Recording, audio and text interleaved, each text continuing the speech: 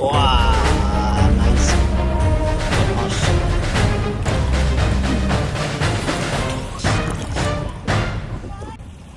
Become it great. Wow, where are you going? Ủa nó đây.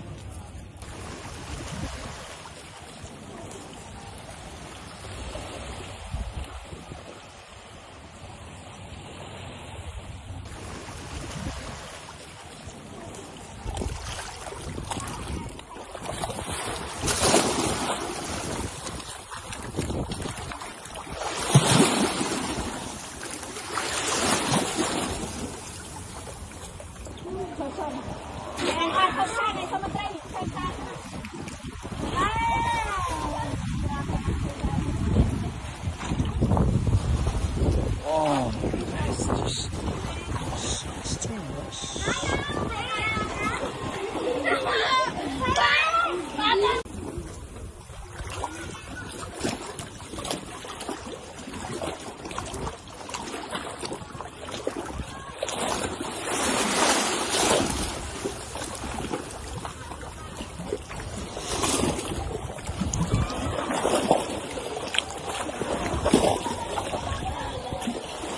wow, very fast. Small.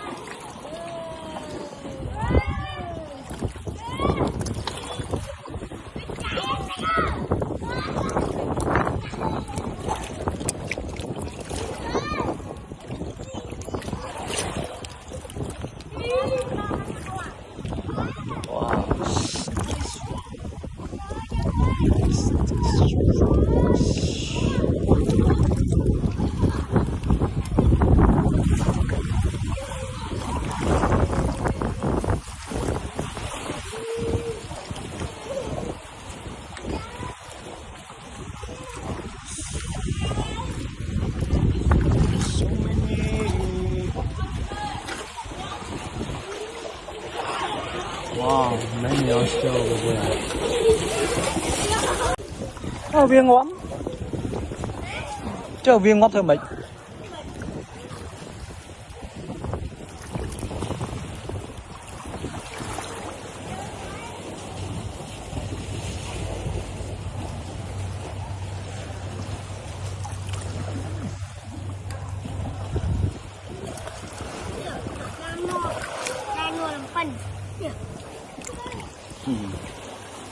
Yeah.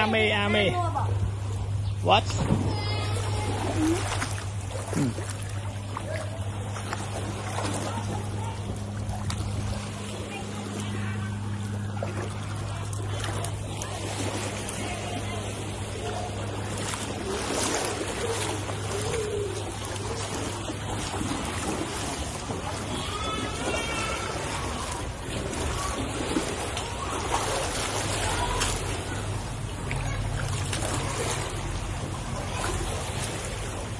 Vâng.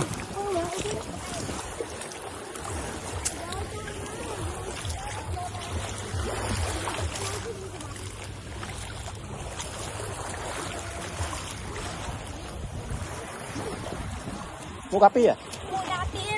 Mà tao vâng. Bắt đi ló, bắt ở bên dưới nó. Đó.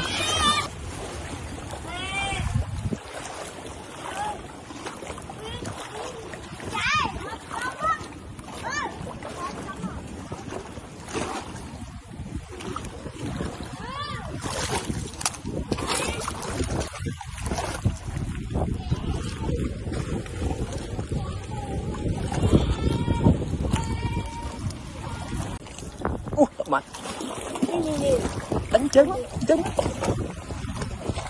á.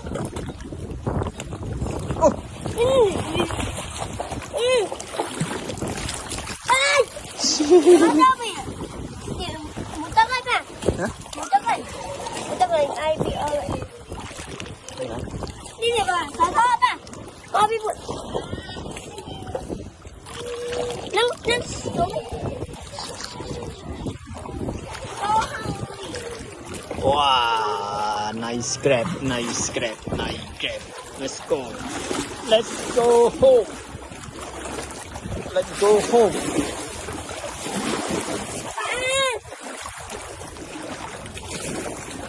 Wow, nice. Nice seafood. Được rồi. Nice grab. Để đây lỗ rồi. Đi bỏ phi giờ. Bỏ giờ. Ông đi tôi chưa bắn. Năm tí vậy? Vậy ơi. Wow. Gì vậy? Look. Wow.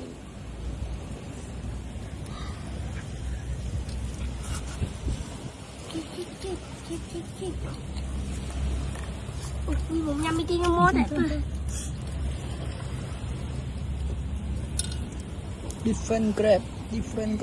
Wow, ha ha ha. This Swiss.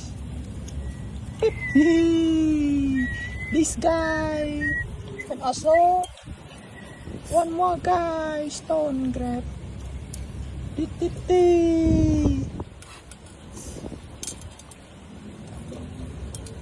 And then little guy. Pistol string. Oh, pistol string. Where are you going? Fish, huge fish.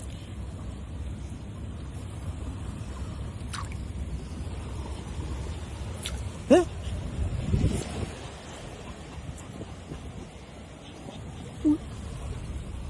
Chưa ta.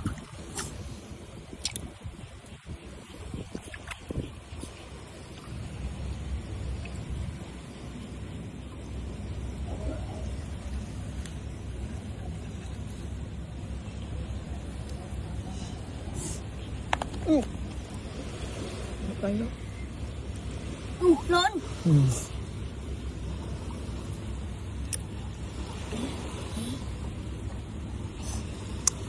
Bí. Thật lớn ba. Cô ăn nó đó.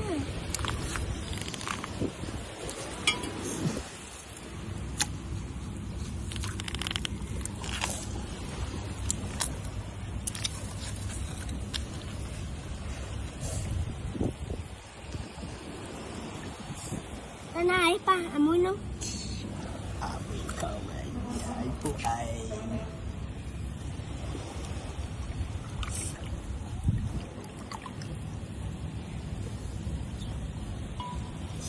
Tập lấy on. Ra đi mau đi lại. Api đi. Mày bạc thôi. Vùng đỏ hao mà. Dạ. Mơ pa mới thúc. Pa thân đi vào hao mày nhẹ pa. Mua đi là thân mua đi. Quán múa.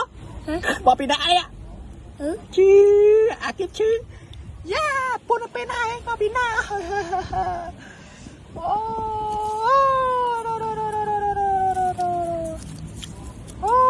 Áp chui tay. Yeah. Pa chụp chưa mau về đây nữa. Nóng nức ở đây. Buồn bên này, bỏ bị này. Yeah, kiếp chứ. Wow, lăng.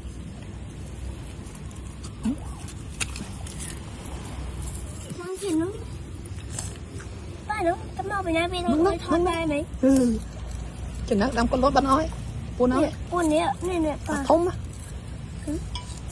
Buồn ơi. Buồn nó cái mà cái chư bánh. Đây. Được bỏ. Đây. Cái gì bảo. Wow, buồn ninh tiếp. Đang đi làm ơi thay gì? Ame. Ba đã đang chơi nè ba đi. Ba.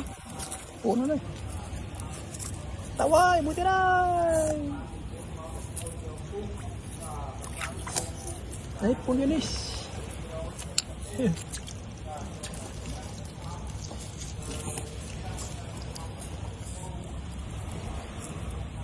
chi hạt đi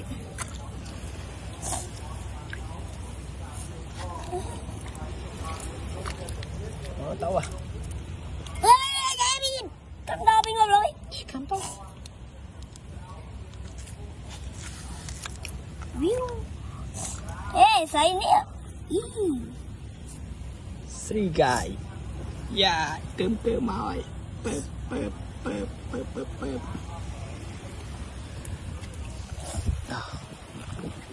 ba mày chơi mày ơi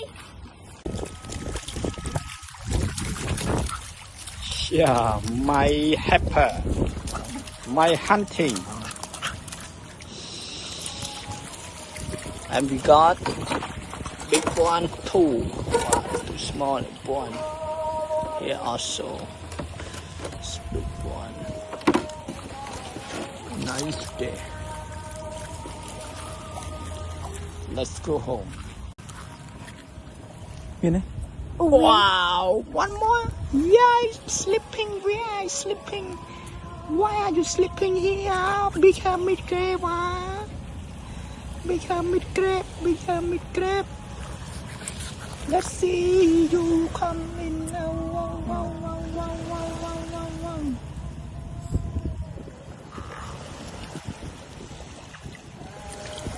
Nó làm sao nó mọi người chứ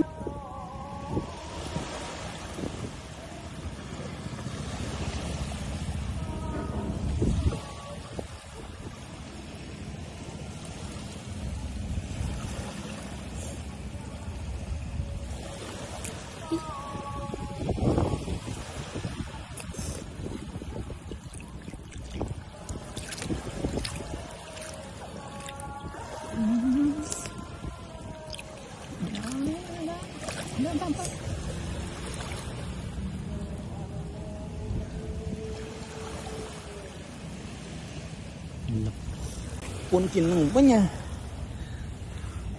wah ada namanya đây nhá đào đảo vậy đấy mình đi thằng đào ta mấy ba đa đi rồi cắn đấy cắn chứ bắt chặt chắn chắn đừng đây nó ta trốn lên đi